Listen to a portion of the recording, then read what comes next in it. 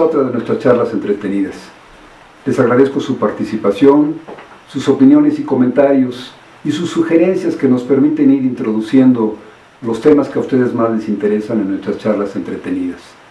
Les reitero nuestro compromiso de evitar las conclusiones derivadas de prejuicios y de dogmatismos. En nuestra charla anterior abordamos el tema de los ritos y describimos algunos ritos paganos religiosos que han persistido a través de los siglos y que se practican aún en algunas sociedades de nuestros tiempos. Después hablamos de la génesis de los ritos masónicos y de las razones históricas que motivaron sus diferencias. Y finalizamos mencionando algunos de los ritos masónicos más conocidos, especialmente en América Latina y en nuestro país, en México. Y me dirijo a todos esos ritos, a todas sus columnas, es decir, a todos los miembros de esas obediencias. En términos masónicos, les diré que de aquí, en charlas entretenidas, les rendimos los honores que dignamente corresponden a sus respectivos grados y condecoraciones. Motivados por las sugerencias de algunos de ustedes, hoy me propongo hablar del rito nacional mexicano, sacar a la luz algunas de sus intimidades, esperando no herir demasiadas susceptibilidades. El próximo 22 de agosto del 2020, el rito nacional mexicano cumplirá 195 años de fructífera existencia. En esos casi 2 siglos, muy lejos de aislarse en la beatífica tranquilidad de sus recintos o de sus bibliotecas, o de disfrazar como tolerancia lo que realmente puede ser pasividad o indolencia o indiferencia, los masones pertenecientes al rito nacional mexicano han sido paradigmas en la intervención activa y protagónica en los acontecimientos, en las luchas más importantes de nuestro país. Sin embargo, a pesar de esas demostraciones, en algunos textos se ha llegado a decir que el rito nacional mexicano es ilegal o irregular o espurio. Y en otros textos hasta se ha llegado a afirmar que ya no existe. Esas afirmaciones solamente se pueden entender por falta de conocimientos o por falta de información, datos equivocados. Si alguien en estos tiempos se atreviera a negar la existencia legal, regular y debidamente documentada del rito nacional mexicano, podríamos refutarlo parangonando al famoso científico italiano Galileo Galilei, quien, al ser sentenciado en su juicio allá por junio de 1633, enfrentó al oscurantismo medieval con la frase que se le atribuye, eppur si muove, es decir, sin embargo, se mueve.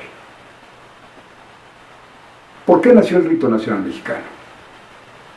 Lo digo con toda claridad. Porque con la Declaración de Independencia en 1821 y la promulgación de la Constitución en 1824, que dieron origen a nuestro país, a México, como una nación libre, soberana e independiente, un grupo muy importante, un grupo grande y esclarecido de masones, reconoció que los enfrentamientos entre los ideólogos del rito escocés y los ideólogos del rito de York había quedado sin materia, sin litis, como dicen los abogados. Voy muy rápido, reconozco que voy muy rápido. Regresemos a los orígenes. En una de nuestras charlas entretenidas, platicábamos que la mayoría de los historiadores coinciden en reconocer como raíces originarias de la masonería a los antiguos gremios de constructores. Y en este espacio de charlas entretenidas nos hemos comprometido a evitar los dogmatismos, Por eso no podemos fijar el origen de la historia solamente en los constructores hebreos del siglo X antes de la era de Cristo e ignorar u olvidar a los pueblos y culturas anteriores a ellos. Y mucho menos podemos aceptar como constructores o como origen de la masonería, como inventores de la institución, a los protestantes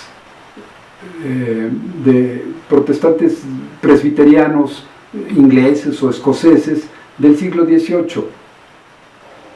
En mi opinión personal, y aquí también espero no herir susceptibilidades, la colección de reglamentos conocida como Constituciones de Anderson, publicada por el clérigo inglés Santiago James Anderson en 1723, no puede ser seriamente enarbolada como un documento inicial o fundacional de la masonería especulativa.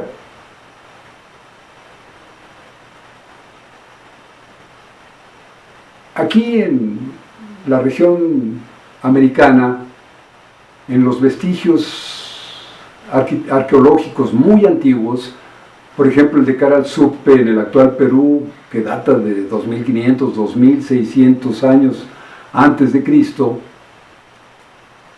se han descubierto, se pueden comprobar el gran avance que tuvieron los constructores y los arquitectos de nuestros países, de nuestros pueblos originarios. Es evidente que sus conocimientos eran muy abundantes en matemáticas, en geometría, en astronomía, en meteorología, en hidráulica, y que todo eso lo aplicaban en sus obras arquitectónicas y urbanísticas. Y todo eso combinado, aplicado en un muy intrincado sistema cosmogónico. Esto nos da a entender que esos antiguos gremios de constructores de los pueblos originarios en América deben entrar al catálogo de las raíces que dieron origen a la masonería moderna.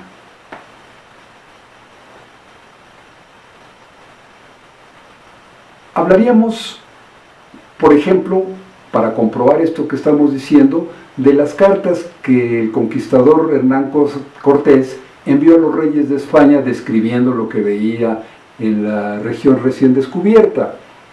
Especialmente la segunda carta que envió a Carlos V, en la que se refería con términos muy elogiosos a lo que él llamaba magníficas obras de masonería. Así que la masonería se inventó en Inglaterra en 1723? Por supuesto que no. Diversos acontecimientos sociales y políticos, pero muy especialmente económicos, que hoy por cuestiones de tiempo no pretendo enumerar. La demanda de construcciones de templos y de palacios fue disminuyendo. Y esto dio origen a que las actividades eminentemente operativas de los gremios de constructores, de los masones de aquella época, fueran pasando paulatinamente a labores más especulativas y más reflexivas, es decir, menos obras de arquitectura, menos construcción, pero más filosofía. Y en la época que dio origen al inicio del pensamiento moderno, es decir, la época de la revolución científica, estaríamos hablando del pensamiento de Copérnico, de Galileo, de Newton y de otros grandes pensadores de esa época, se inicia lo que podríamos llamar la época del pensamiento progresista, cuna de, por ejemplo, el movimiento de los enciclopedistas, que pretendió coordinar sus trabajos para tener una recopilación de todo el conocimiento, y por supuesto culminó esto con la Revolución Francesa. Fue hasta el Renacimiento europeo. Estoy hablando ya de fines del siglo XVII y principios del siglo XVIII cuando ocurre todo esto. Así que estaríamos hablando de que todo ese movimiento es lo que realmente podemos considerar como la aplicación de la idea progresista, de la idea liberal generada en las logias masónicas, porque de todos esos acontecimientos debemos entender que el verdadero laboratorio intelectual fueron las logias masónicas, y esto está comprobado por libros históricos, no solamente masónicos. Así que